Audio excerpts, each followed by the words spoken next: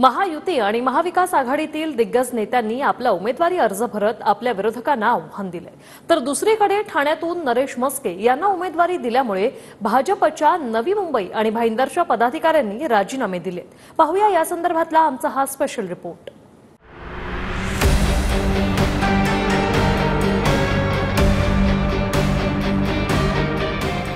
हा जो मतदारसंघ आहे हा युतीचा बालेकिल्ला आहे। आम्ही पळपुटे नाही, आम्ही निष्ठावंत आहोत, कारण आम्ही सच्चे आहोत। नाशिकची जागा आणि दिंडोरीची जागा दोन्ही जागा प्रचंड मताने निवडून येतील। आम्ही ताकद लावली नाही, हे लोकांचं बाळ्या मामा प्रति प्रेम आणि भाजप प्रति असलेला राग लोकांनी रस्त्यावरून व्यक्त केला। देशात लोकसभेची रणधुमाळी सुरू आहे। दरम्यान याच पार्श्वभूमीवर राज्यातील महायुती आणि मवियातील दिग्गज नेत्यांनी शक्ती प्रदर्शन करत आपला उमेदवारी अर्ज भरलाय। कल्याणमधून श्रीकांत शिंदे यांनी आपला उमेदवारी अर्ज भरत ठाकरे गटाला आव्हान दिलंय। ठाकरे गटाच्या वैशाली दरेकर या श्रीकांत शिंदेंच्या विरोधात मैदानात आहेत।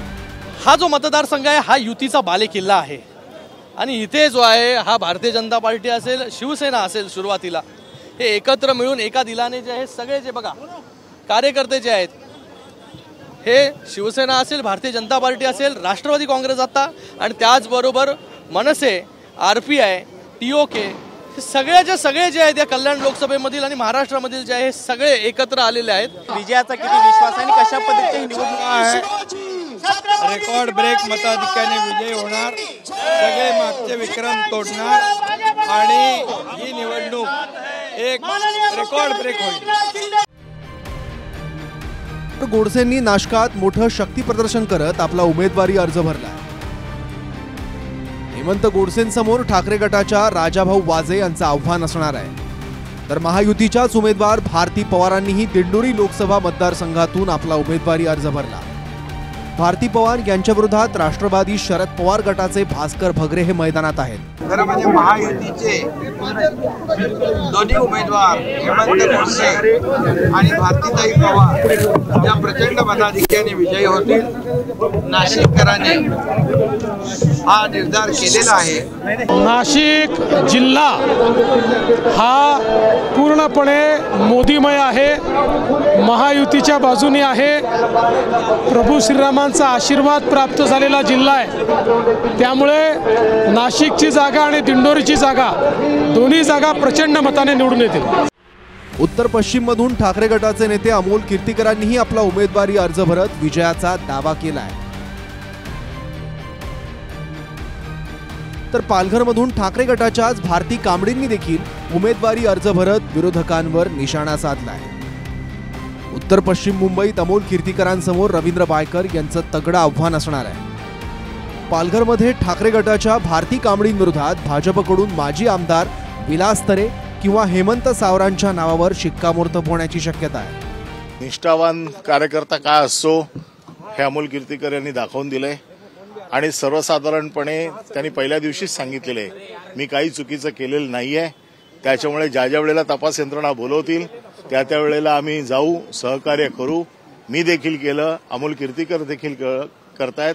आम्ही पळपुटे नाही, आम्ही निष्ठावंत आहोत, कारण आम्ही सच्चे आहोत। माझे सगळे शिवसैनिक, माझे जिल्हा प्रमुख, माझी महिला आघाडी, माझे महाविकास आघाडीचे सगळे पदाधिकारी कार्यकर्ते, निकोले साहेब आहेत, सुनील भुसारा साहेब आहेत, त्याच्यानंतर ढवळे साहेब आहेत, असे अनेक महाविकास आघाडीचे पदाधिकारी माझ्या खांद्याला खांदा लावून प्रचार करत होते। आम्हाला विश्वास आहे की महाविकास आघाडी, इंडिया आघाडीचाच उमेदवार विजयी होईल। भिवंडीमधून राष्ट्रवादी शरद पवार गटाचे उमेदवार सुरेश म्हात्रेंनी, तर उत्तर मुंबईतून काँग्रेसच्या भूषण पाटलांनी आपला उमेदवारी अर्ज दाखल केलाय। सुरेश म्हात्रे यांच्यासमोर भाजपचे कपिल पाटील निवडणुकीच्या मैदानात असतील। उत्तर मुंबईत भूषण पाटलांसमोर भाजपच्या पियुष गोयल यांचं आव्हान असेल। आम्ही ताकद लावली नाही, हे लोकांचं बाळ्या मामा प्रति प्रेम आणि भाजप प्रति असलेला राग लोकांनी रस्त्यावरून व्यक्त केला। त्यातल्या त्यात मला आनंद ह्या गोष्टीचा आहे की काही जण पसरवत होते रशीद ताहीर नाराज आहे, दयानंद चोरगे नाराज आहे, रुपेश म्हात्रे नाराज आहे, कोणी नाराज नाही आणि हे तर आमच्या घरचेच आहेत। मुंबईमध्ये भारतीय जनता पार्टीने जेवढे त्यांचे खासदार होते सगळ्यांची तिकीट कापली। का कापली? कारण लोक नाराज आहेत, त्यांचा परफॉर्मन्स चांगला नाही, त्यांना उमेदवार भेटत नाही। आज उमेदवार पण कुठून? पार्सलवरून, वायफाय, हायफाय असे सगळे कॅन्डिडेट दिलेले।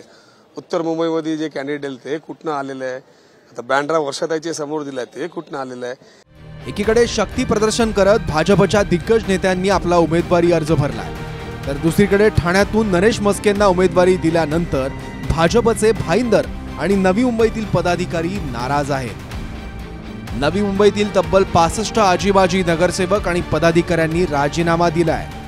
539 पदाधिकाऱ्यांनी या ठिकाणी राजीनामे दिलेले आहेत. 65 नगरसेवक आहेत. 65 नगरसेवक जे भारतीय जनता पार्टीच्या विचारावरती देवेंद्र फडणवीस असतील की नरेंद्र मोदीजी असतील यांच्या विचारावरती प्रेम करून नाईक साहेबांच्या नेतृत्वाखाली गेले सगळ्यांनी राजीनामे दिलेले आहेत. आजवरचं जे कार्यकर्त्यांच्या मनामध्ये साठलेलं ते कुठेतरी आज अनपेक्षितपणे आज बाहेर आलं. नक्कीच नवी मुंबईच्या स्तरावर त्यांनी जे त्यांच्या ज्या कंप्लेंट्स होत्या, त्यांच्या शंका कुशंका होत्या, त्याचं निरसन करणं किंवा त्यांचा अन्याय दूर करणं याकरता आम्ही नक्कीच प्रयत्न करू. आता नरेश म्हस्के, प्रताप सरनाईक आणि आमचे लोक नाईक साहेबांना भेटले, संजीव नाईकना भेटले, त्यांच्याशी चर्चा झालेली आहे आणि त्यामुळे महायुतीचं काम हे सर्व लोक करतील.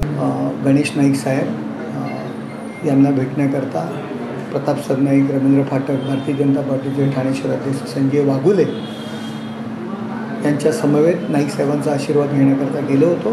त्यांनी मला आशीर्वाद दिला आणि काही चिंता करायची नाही, नवी मुंबईतून जबरदस्त लीड मिळेल, सर्व काही मी पाहिल, तुला काही अडचण असेल तर मला सांग, अशा पद्धतीने त्यांनी माझ्या पाठीवर कौतुकाची थाप मारलेली आहे.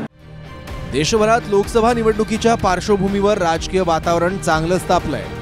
एकीकडे मविया आणि महायुतीच्या उमेदवारांनी आपला उमेदवारी अर्ज भरत विरोधकांना आव्हान दिलंय, तर दुसरीकडे नरेश म्हस्केंना ठाण्यातून उमेदवारी दिल्यानंतर भाजप पदाधिकाऱ्यांमध्ये नाराजीचा सूर आहे. Bureau report, TV9 Marathi.